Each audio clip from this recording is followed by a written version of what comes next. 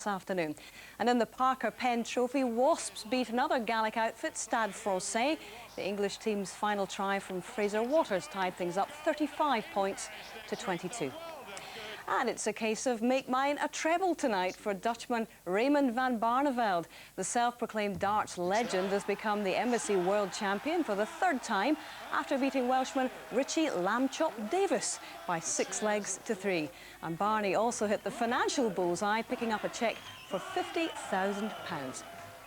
And that should just be enough to buy a drink for each of the 700 fans who made the trip from Holland to watch him. Jane. Hazel, thanks very much indeed. Now let's get to the very latest on the weather, if we dare. Here's Sarah Wilmshurst. Jane, thanks. Well, after all that cold weather last week, it is looking much milder this week. However, it is going to be more unsettled and it's certainly going to be windy. Now, that wind is already picking up now. It is going to be a pretty windy day tomorrow, but then in the middle of the week, just look how those arrows get larger. A really stormy spell of weather is expected across parts of Scotland, particularly northern Scotland. We could see gusts of wind up as high as 80 miles an hour or more, some really hazardous conditions. That's certainly something that we are watching. But for the rest of tonight, well, it's pretty cloudy, some patchy rain moving down across southern Britain. It stays quite damp in some western areas, but towards the east we should see a few clear spells. Now, it's still quite cold in the south at the moment, but those temperatures will recover and it's going to be mild everywhere by the end of the night. Temperatures generally about 5 to 7 degrees.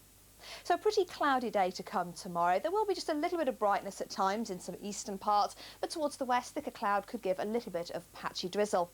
Meanwhile, we're expecting some thicker clouds and more persistent rain to move down across parts of Scotland and Northern Ireland. And it's going to be a windy day. Despite that, though, it is going to be a mild day. Temperatures getting into double figures in many areas, even up as high as 13 degrees in some eastern parts of Scotland. Then on Tuesday, well, we see one batch of wet weather moving northwards, another one coming down from the northwest. So rain at times for northern areas. Further south, there'll be some brightness in eastern areas, rather cloudy towards the west. Then that stormy weather moves in for Wednesday across northern areas, and there'll be blustery showers for many of us. That's it. Back to you.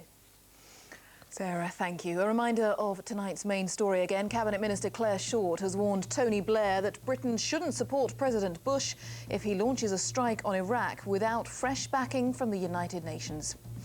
Well, there are, of course, bulletins throughout the night over on BBC News 24. But from everyone here, a very good night. Bye-bye.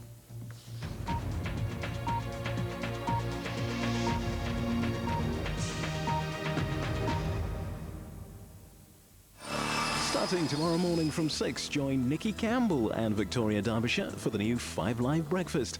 That's on 9:09 and 6:93 a.m. BBC Radio 5 Live.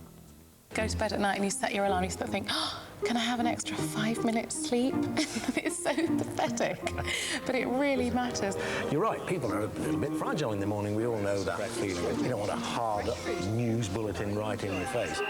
The weather and the sport and the news are essential ingredients in that, but there's a certain warmth and welcoming to the whole presentation side of things. There's all the briefs to read, there are the newspapers to get on top of, you know, the breaking stories that have happened overnight. It's kind of a grand thing to say about our job. You do. It's a huge privilege, isn't it? Yeah, it's the old adage, you know, you have a front row seat at the making of history.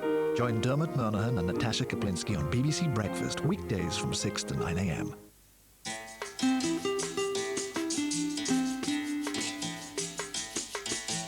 Now, protecting the innocent and the guilty on BBC One. More disturbing scenes as Messiah 2 reaches a dramatic conclusion.